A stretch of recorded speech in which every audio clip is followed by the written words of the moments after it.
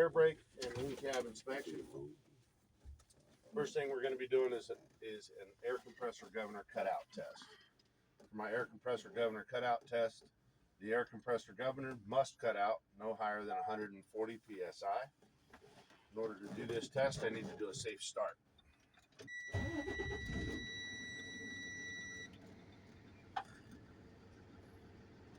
need to go ahead and push in my parking brake as well as my trailer brake. It's going to move just a smidge in order to make sure that I get a fully charged system. What I'm doing is looking at my primary air gauge just so you guys know. What I'm waiting for is to come to a stop or stop rising.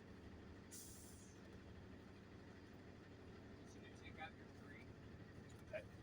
Now I got about 45 minutes, so I figured I'd do it. They wanted to see that in-cab done.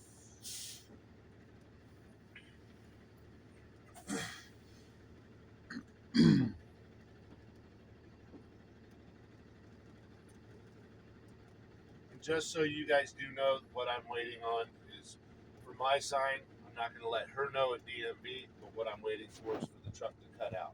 The way that it tells me that is with the little psh, but we don't use that to let her know that it's full. Right, because it could be any truck around you doing it. Correct.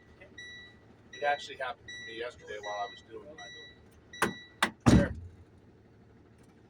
There you go.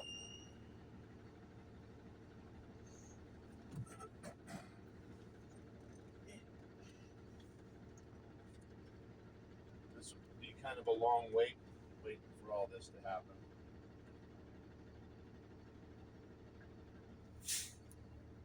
Okay, my air compressor governor has cut out. I know this because the needle on my primary gauge has stopped rising at 128 psi. This is no higher than 140, which makes this a good test. For my next test, I'll be doing my applied brake test. I'll be turning off my key and turning it back on so that my lights and buzzers all come back on. For my applied brake test, this truck cannot lose any more than 4 psi in 1 minute for this combination of vehicle. I'll go ahead and start this test now. My primary needle has settled at 113 psi. I'll go ahead and start this test now by pushing my timer. We're going to wait for 1 minute. Okay, my 1 minute is up. I have not heard or seen any air loss. My gauge is still at 100. Well, technically, my gauge, just like they were saying with the problem, if this happens to lose any air pressure at all, you'll go ahead and mention it, as long as it's not more than 4 psi. So my gauge is still at 110 psi, which is only 3 pounds of air loss, which is no more than 4 psi, which makes this a good test. Next test I'll be doing is a low air warning test. For this test, my light and my buzzer must come on no lower than 55 psi. I'll go ahead and begin this test.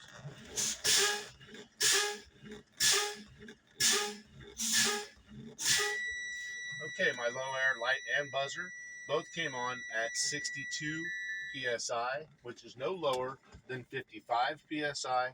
It makes this a good test. For my next test is going to be my emergency brake test. For this test, my parking brake and my trailer brake must pop out no higher than 45 psi and no lower than 20 psi. I'm going to go ahead and begin this test.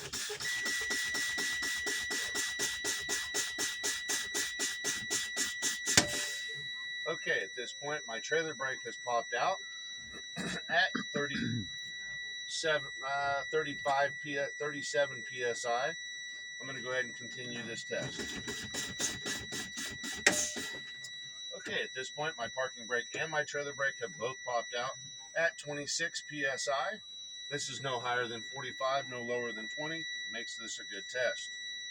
In order to continue with these tests, I need to go ahead and restart the truck to rebuild my air system. While we're waiting, I'm going to go ahead and do some switches and gauges. Up here on my dash is my headlights. I'm going to go ahead and push this forward with a high beam width indicator. Now I'm going to do a left turn signal with indicator, a right turn signal with indicator, and my four-way flashers with indicator. I'll go ahead and turn on my windshield wipers and also show you that my windshield washers also work. When I turned on this truck, my ABS, my DEF, and my DPF light came on and went off. Currently, my DEF gauge is reading 3/4 of the way full. Okay, we're also going to talk about our in-cab. So I'm going to start with my mirrors. My mirrors are securely mounted, not missing any parts. They are not cracked, chipped, or broken. They are clean and clear. My windshield is securely mounted, not missing any parts. It is not cracked, chipped, or broken. It is also clean and clear and has no illegal stickers. We're going to go ahead and go to my wiper arms and blades. My wiper arms are securely mounted, not missing any parts. They are not cracked, bent, or broken. And my windshield wiper blades are not cut, ripped, torn, or frayed, and they have adequate or good tension to the windshield. Now that my low air warning has gone off, I'm going to go ahead and push in my trailer brake as well as my parking brake to make sure that I get a fully charged system for the rest of my tests. Over here on this side of my dash, underneath the hood, I have some fuses. I want to make sure that none are missing or blown. If I did have any missing or blown, I would have some that are here in the cab. Also in my cab, I have 3 red reflected triangles that are stowed away in this little red box that I can use in case of an emergency. Also in an emergency, I have a fire extinguisher that is securely mounted, not missing any parts. It is not cracked or broken. It is also not leaking. It is fully charged, it is pinned, and it is up to date.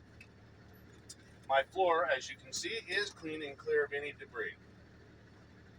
This truck is equipped with a synchronized 6-speed transmission that doesn't need to be double clutched.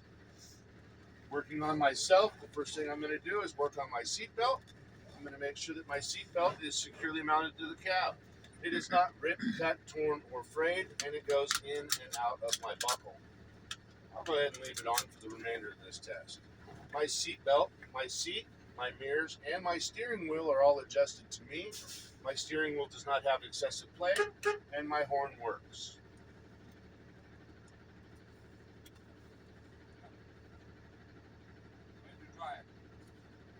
Almost. Once my system is done, I'll be doing the remainder of my test, which is my trailer brake, my parking brake, and my service brake.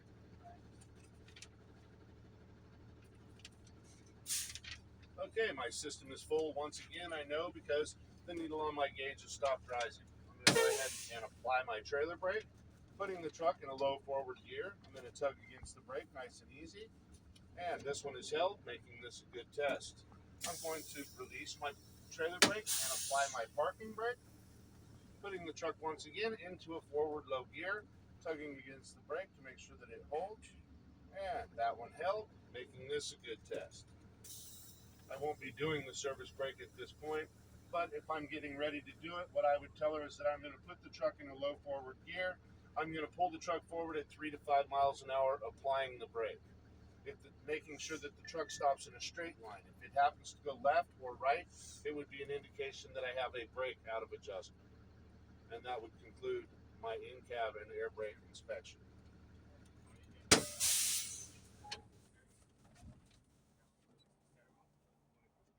Well, you're just holding it lightly underneath as you're pulling forward. Just holding it. Just to see if it pulls left or right is all you're doing. You don't want to let go of the steering wheel, because then she can consider it out of control and mess with you. And so all I suggest is that you just put your hands lightly underneath the steering wheel. Just let your clutch out, push it right back in. You're just getting the truck moving, and apply your brake nice and easy. You don't want to slam on the brake, leaving her from her seat, putting her like a bug to the windshield. She might get a little pissy about that. But also, so you guys know, if you guys have these brakes released and you open your door, if you hear that sound, if you pull the brake, it stops. It's your warning symbol, letting you know that you've got your brakes still released. You get out of there without having your brakes set, you fail. Good enough? Yes, thank you. You guys get that?